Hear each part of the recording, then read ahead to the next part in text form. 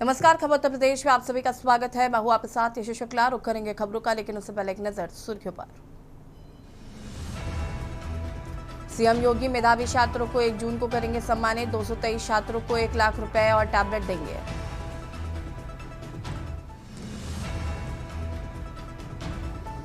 PDA को डराने के लिए फेक एनकाउंटर करा रही है यूपी सरकार। सपा प्रमुख अखिलेश यादव ने आंकड़े पेश कर लगाया आरोप। यूपी में संविदा डॉक्टरों का मानदेय बढ़ेगा। आशा वर्करों को समय पर होगा भुगतान। मुख्यमंत्री योगी ने दिए निर्देश।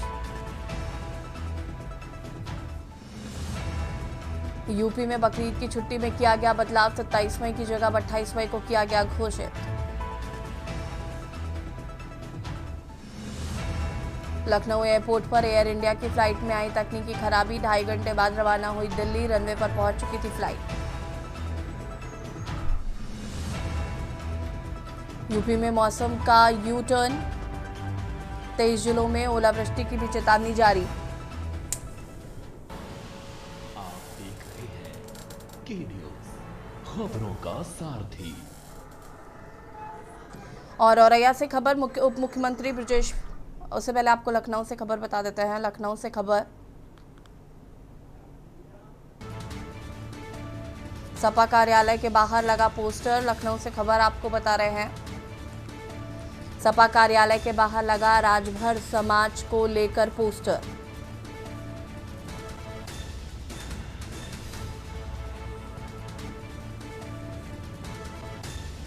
पोस्टर में भाजपा सरकार पर राजभर समाज की उपेक्षा का आरोप।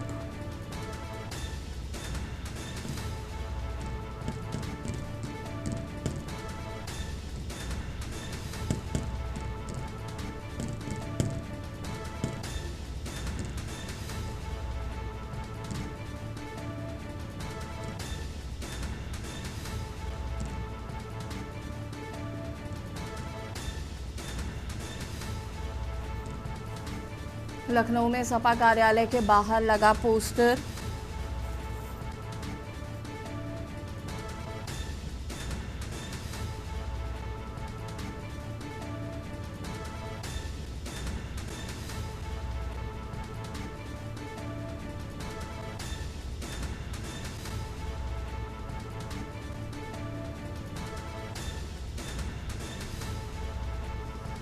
और इसी खबर पर ज्यादा जानकारी के लिए संवाददाता रामानुज हमारे साथ जुड़े हुए हैं। रामानुज जी, क्या कुछ जानकारी है? लगातार जो पोस्टर वॉर है वो हमें देखने को मिल रहा है। देखिए, अगर बात की जाए कि पोस्टर वार जो है ओम प्रकाश राजभर और समाजवादी पार्टी के बीच में रुकने का नाम नहीं ले रही है और लगातार जो है एक दूसरे के ऊपर जो है आरोप और एक दूसरे को जो है छींटाकशी हो रही है। इस बार जो है जो पोस्टर लगाया समाजवादी पार्टी कार्यालय के बाहर जो है उसमें डाटा दिया गया कितने जो है जो राजभर है उनकी कितने लोगों की हत्या हुई है 2024 से लेकर 2000। तो कहीं ना कहीं एक तरीके से एक दूसरे को जो है घेरने की कोशिश है। समाजवादी पार्टी और ओम प्रकाश राजभर दोनों ही एक दूसरे को घेर रहे हैं। इस बार जो है इस पोस्टर में दिखाया कि सिर्फ जो है जो अपने राजनीतिक लाभ के लिए जो है तमाम जो है अपनी जात बिरादरी का जो है सहारा लेता है, लेकिन उनके शासन में भी जो है लोगों की हत्याएं होती है और उनको इंसाफ नहीं मिल पा रहा। तो कहीं ना कहीं जो है इस बार समाजवादी पार्टी ने पोस्टर लगाया है कि 24 से लेकर जो है 26 तक जब दोबारा ये जो है समाज जो है भारतीय जनता पार्टी में गए हैं तब से लेकर अब तक कितनी हत्याएं हुई। जी, शुक्रिया आपका जानकारी साझा करने के लिए। लखनऊ में सपा कार्यालय के बाहर लगा पोस्टर। सपा कार्यालय के बाहर राजभर समाज को लेकर पोस्टर लगाया गया है। योजन सभा के प्रदेश उपाध्यक्ष पंकज राजभर ने लगाया है पोस्टर। पोस्टर में भाजपा सरकार पर राजभर समाज की उपेक्षा का आरोप लगाया गया है। पोस्टर में 2024 से 2026 के बीच हुई हत्याओं का जिक्र किया गया।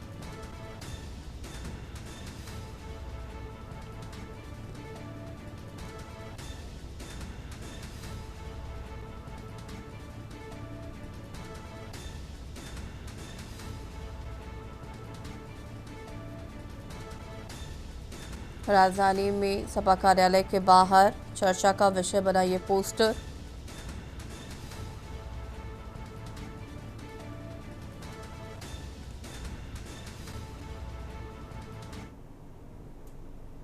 औरैया में उप मुख्यमंत्री ब्रजेश पाठक भाजपा जिला प्रशिक्षण वर्ग कार्यक्रम में शामिल हुए। इस दौरान उन्होंने कार्यकर्ताओं को संबोधित करते हुए 2027 में फिर से भाजपा सरकार बनाने का भरोसा जताया है और केंद्र व राज्य सरकार की योजनाओं को जन जन तक पहुंचाने का आह्वान किया है। उन्होंने कहा कि प्रधानमंत्री की गरीब कल्याण योजनाओं का लाभ आम जनता तक पहुंच रहा है और संगठन को बूथ स्तर तक मजबूत करना समय की आवश्यकता है।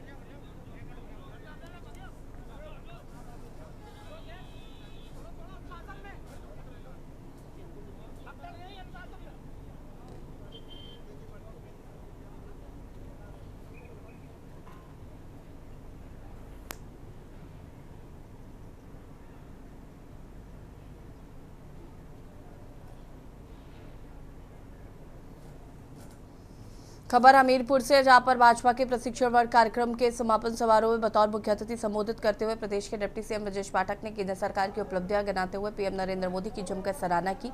दावा किया कि प्रधानमंत्री मोदी ने बीते 12 वर्षों में वैश्विक पटल पर भारत की प्रतिष्ठा को नई ऊंचाइयों पर पहुंचाया है।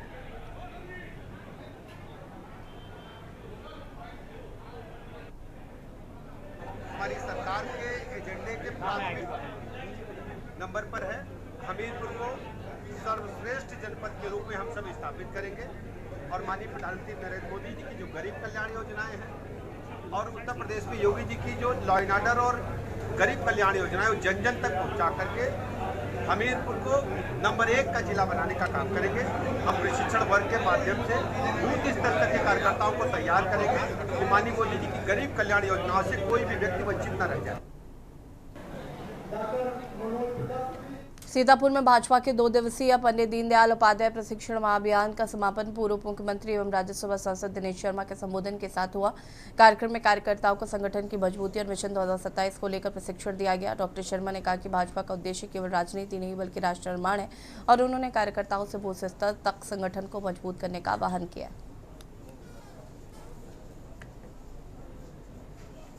इसको मान लिया था 2027 चुनाव को लेकर। देखिए, भारतीय जनता पार्टी एक कैडर बेस्ड पार्टी है, अनुशासित पार्टी है, नीति रीति सिद्धांत के आधार पर चलने वाली पार्टी है। चुनाव आते हैं और जाते हैं, लेकिन भारतीय जनता पार्टी अपने कार्यकर्ताओं का सर्वांगीण विकास और उनको अनुशासन और सिद्धांत से परिचय के लिए हमेशा आप देखो कि हर साल उनके प्रशिक्षण का, उनको विशेष प्रकार के अभियानों से जोड़ने का काम भारतीय जनता पार्टी करती है, चाहे चुनाव हो तो ना हो तो। इसलिए चुनाव से जोड़ना ऐसे ठीक नहीं है, लेकिन भारतीय जनता पार्टी का जो पुराना कार्यकर्ता है, जो नए कार्यकर्ता जो उसमें आकर मिलते हैं, वो एक रूपता के साथ में काम कर सके। उन्नाव में शहर के मोती स्थित सिद्धराम भक्त हनुमान मंदिर में आयोजित कार्यक्रम में सदर विधायक पंकज गुप्ता को 35,000 श्रद्धालुओं का अयोध्या धाम यात्रा कराने के लिए गौरव सम्मान से सम्मानित किया गया और ये सम्मान अयोध्या से आए साधु संतों और स्थानीय पुरोहितों द्वारा फरसा और अंगवस्त्र भेंट कर दिया गया। कार्यक्रम में विभिन्न मठों के महंतों ने विधायक की पहल की सराहना करते हुए इसे सनातन संस्कृति के प्रचार प्रसार में महत्वपूर्ण बताया।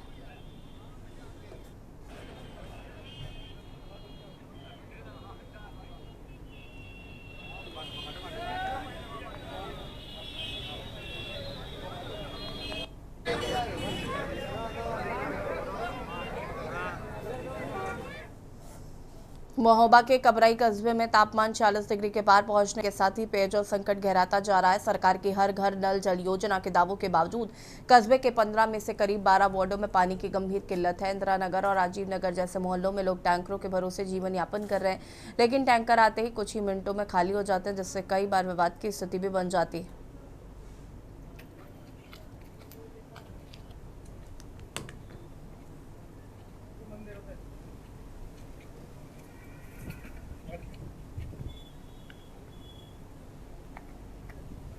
ये समस्या है कि सप्लाई हमें चाहिए, टाइम करना चाहिए। हम कम से कम 20-25 साल हो गए, सप्लाई आ ही नहीं रही। अब आ जाएंगे बिल मांगने, आ जाएंगे कि बिल चाहिए। बताओ, सप्लाई जब नहीं है तो बिल कहाँ से दें? कैसे सप्लाई होती है? अब यहाँ का सप्लाई होती नहीं, यहाँ पानी आता नहीं, टैंकर का भरते हैं तो मजबूरी हमारी मरती है। कितने दिन में आता टैंकर? टैंकर तो पानी आता है, अभी तो मिलता है, रोज मिल जाता है, कभी तो रोज मिल जाता है, कभी 2 दिन में 3 दिन में ऐसे मिल जाता है। देखिए, कबरई और खरेला ये दो हमारी विधानसभा की ऐसे नगर निकाय थे जिनमें पेयजल की आदिकाल से संकट चला आ रहा था। मैंने दोनों जगह पेयजल योजना की पुनर्गठन पेयजल योजना पास कराई। सबसे पहले मैंने आज से 4 साल पहले कबरई पुनर्गठन पेयजल योजना पास कराई थी, जिसकी लागत 21 करोड़ रुपए थी। उसका काम शुरू हो गया था। इसका एक टेंडर लिया था, वो कलकत्ता की कोई फर्म थी। समस्या ये है, सुबह से इंतजार करते करते कभी 3 बज जाता है, कभी 2 बज जाता है। कोई टाइम टेबल नहीं है यहाँ पे आने का टैंकर। और 4-4, 5-5 दिन में टैंकर आता है, वो भी। बुलंदशहर में भारतीय किसान यूनियन के कार्यकर्ताओं ने सीओ ऑफिस का घेराव करने के दौरान पुलिस द्वारा रोके जाने पर हंगामा किया। सीओ ऑफिस के करीब 100 मीटर पहले ही सैकड़ों किसान धरने पर बैठ गए, जिसके बाद मौके पर लगभग 400 पुलिसकर्मी तैनात किए गए। किसानों ने शिकारपुर पुलिस पर गलत मुकदमे दर्ज कर अवैध वसूली और सीओ पर अभद्रता के आरोप लगाए हैं।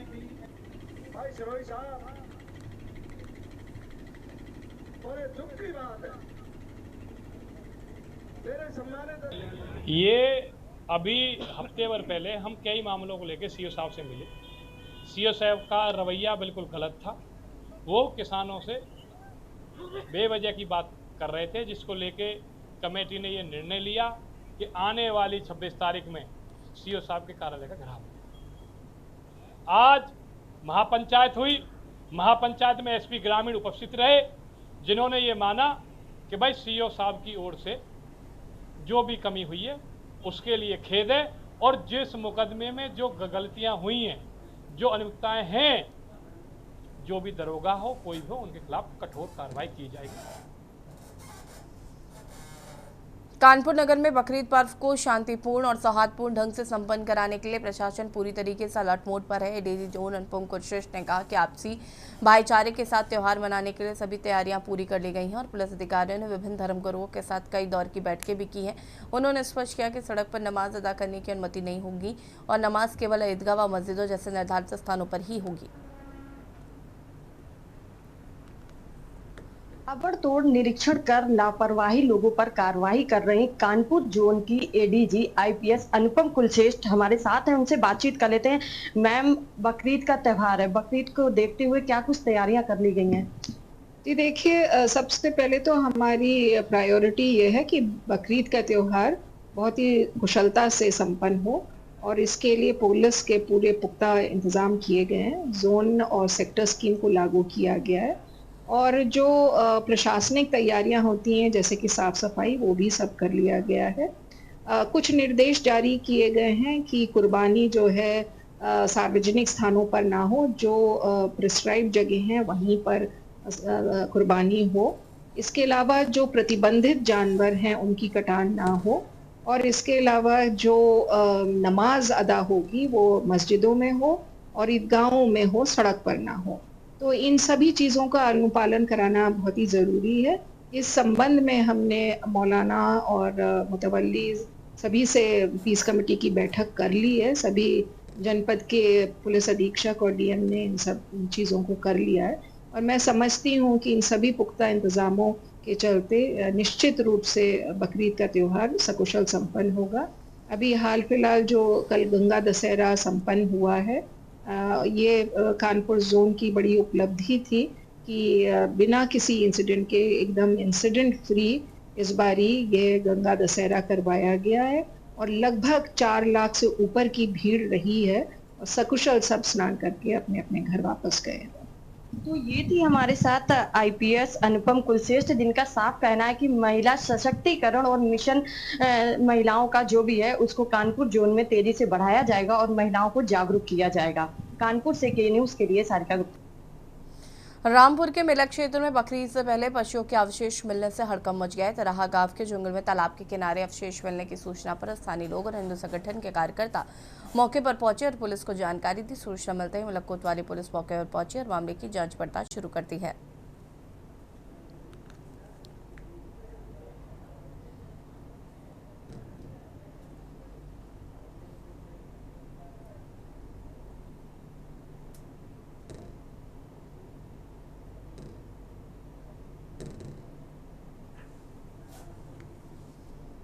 खबर कानपुर देहात से है, जहां पर कलेक्ट्रेट स्थित मां मुक्तेश्वरी देवी सभागार में बकरीद पूर्ण शांति और सौहार्दपूर्ण ढंग से संपन्न कराने के लिए पीस कमेटी की बैठक हुई है। डीएम कपिल सिंह और एसपी श्रद्धा नरेंद्र पांडे ने संयुक्त रूप से बैठक की अध्यक्षता की। इस दौरान जिले के विभिन्न धर्मगुरुओं, पीस कमेटी के सदस्यों और सम्राट नागरिकों के साथ सीधा संवाद स्थापित किया गया।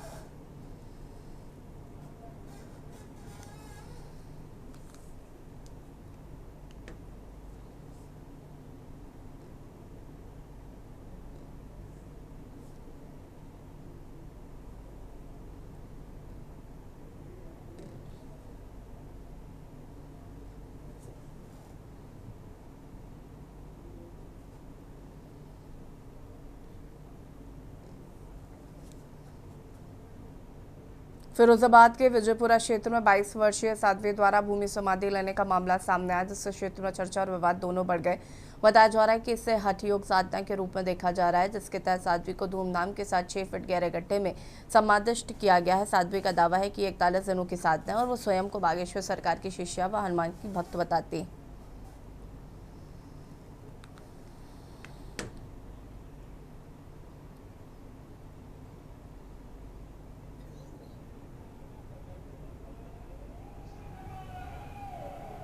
मैं अश्विनी शर्मा। इस समय जो मेरी मौजूदगी है वो प्रयाग जनपद में मौजूदगी है, जो विजयपुरा ग्राम है। यहाँ से जिला कार्यालय, जिला मुख्यालय 5 किलोमीटर दूरी पर है।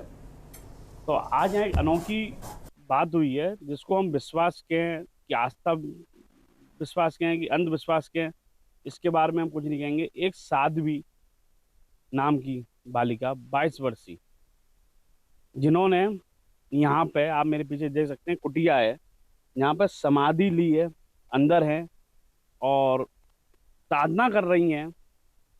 कल सुबह ये अंदर चली गई थी, यहाँ पे साधना में अभी बैठी हुई हैं अंदर, इस 6 फुट के गड्ढे के अंदर। 6 फुट का गड्ढा है जहाँ अंदर बैठी हुई हैं। तो आज हम इसी को लेके चर्चा करते हैं। हमारे संग उनके पापा भी हैं, पूजनीय पिताजी। आइए इधर आइए और जानते हैं कि मतलब ऐसी क्या उसको जिज्ञासा हुई और क्या लगा उसको कि उसने आस्था करी, जो साधना कर रही है इसके अंदर 6 फुट के गड्ढे के अंदर बैठ के। कि क्या नाम है आपका? नाथुराम नाम। नाथुराम जी, आपकी बिटिया है? हमारी बिटिया। क्या रहा, क्या कारण रहा जो साधना कर रही हैं, 22 वर्षीय है और अंदर बैठ के साधना कर रही है? क्या कारण रहा इसका? क्या जिज्ञासा कहाँ से आई? और सही इन्हें की पूजा पाठ चल रहा हो, जब पढ़वे लिखवे जाती तो राम राम लिखती किताब पे ऋण रही और दृढ़ निश्चय रहा उनका, और उन्होंने एक हठ योगी की तरह इसको लिया और लगातार वो साधना कर रही हैं। 24 घंटे में 1 घंटे के लिए बाहर आती हैं, अपना नहाना धोना पूजा पाठ करके फिर अंदर चली जाती हैं। मतलब 41 दिन का ये साधना बताई जा रही है कि 41 दिन इसी तरह से साधना चलेगी। फिरोजाबाद से के न्यूज़, अश्विनी शर्मा, कैमरामैन पूरी मिश्रा। और यहाँ रुकेंगे छोटे से ब्रेक के लिए, जो हाजिर होता है।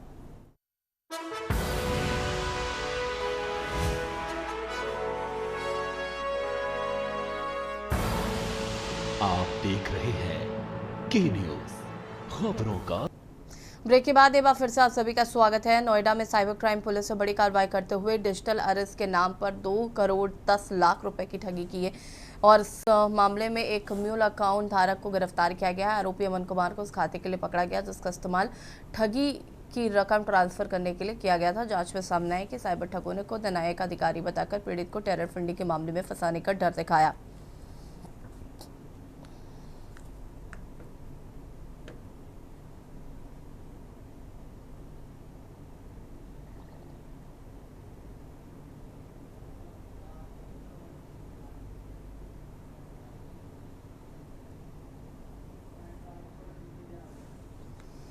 सुल्तानपुर में 1008 श्री मौनी महाराज के आश्रम में अभद्रता का मामला सामने आया है। आरोप है कि आश्रम में माता सीता आदि गंगे की मूर्ति स्थापना के दौरान कुछ दबंगों ने महाराज के साथ अभद्रता की, उन्हें आश्रम छोड़ने की धमकी दी।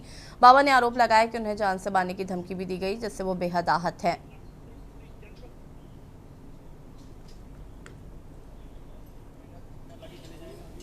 पौराणिक स्थल सीताकुंड जो अयोध्या की धरा का एक अंग है, महाराज की नगरी है और माता सीता की वनवास जाने वाली तपस्थली है।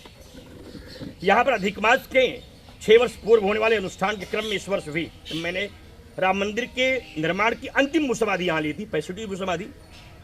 उसके बाद फिर मेरा यहाँ रुकना हुआ। इस बार आतंकवाद विनाश, राष्ट्र रक्षा और भारत की सुरक्षा के साथ 16.25 लाख महामंत्रों के जप, 5.25 लाख आहुतियाँ और 1,51,000 दीपों का प्रज्वलन तथा विशाल भंडारे का संकल्प लेकर के हम 14 तारीख से उपस्थित हैं।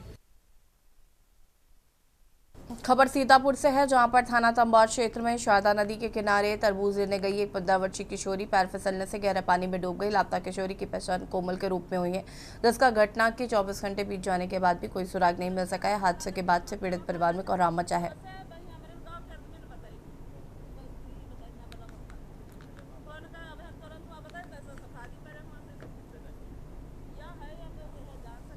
झांसी पुलिस ने साइबर अपराध से जुड़े एक बड़े गिरोह का खुलासा करते हुए 7 बदमाशों को गिरफ्तार कर लिया है। ये गिरोह ऑनलाइन गेमिंग और फाइनेंशियल फ्रॉड के जरिए संगठित तरीके से ठगी कर रहा था। पुलिस के अनुसार बीते 25 दिनों में 19 बैंक खातों के माध्यम से 4 करोड़ 35 लाख रुपए से अधिक का साइबर ट्रांजैक्शन किया गया, जबकि विदेशी डिजिटल प्लेटफॉर्म से जुड़े लगभग 38 करोड़ रुपए के लेन देन और 114 बैंक खातों की जानकारी सामने आई।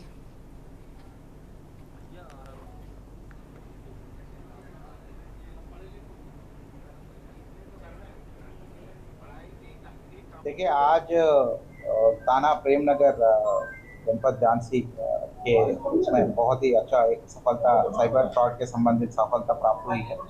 इसके संबंधित आप सभी को अवगत कराना है कि करीब 7 अभियुक्त जो शातिर साइबर फ्रॉड अभियुक्त है, रकीब अहमद पुत्र शरीफ अहमद, ये प्रेमनगर झांसी के निवासी है। सनी अमराया पुत्र चंद्रमोहन, ये सिपरी बाजार झांसी।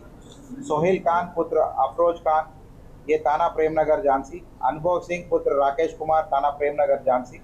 दानिश खान उर्फ नूर पुत्र इकबाल, थाना प्रेमनगर झांसी। सौरभ विश्वकर्मा पुत्र हरिओम विश्वकर्मा, थाना प्रेमनगर झांसी। देवेश कुमार गौतम पुत्र कमल किशोर, थाना प्रेमनगर झांसी। इन सभी को हमने अरेस्ट किया। और खबर उत्तर प्रदेश में फिलहाल आता है, देखते रहिए के न्यूज़ इंडिया। नमस्कार। गोल्डी मसाले लाए हैं फ्रेश लॉक टेक्नोलॉजी, जो रखे मसालों को हर समय फ्रेश। गोल्डी मसाले।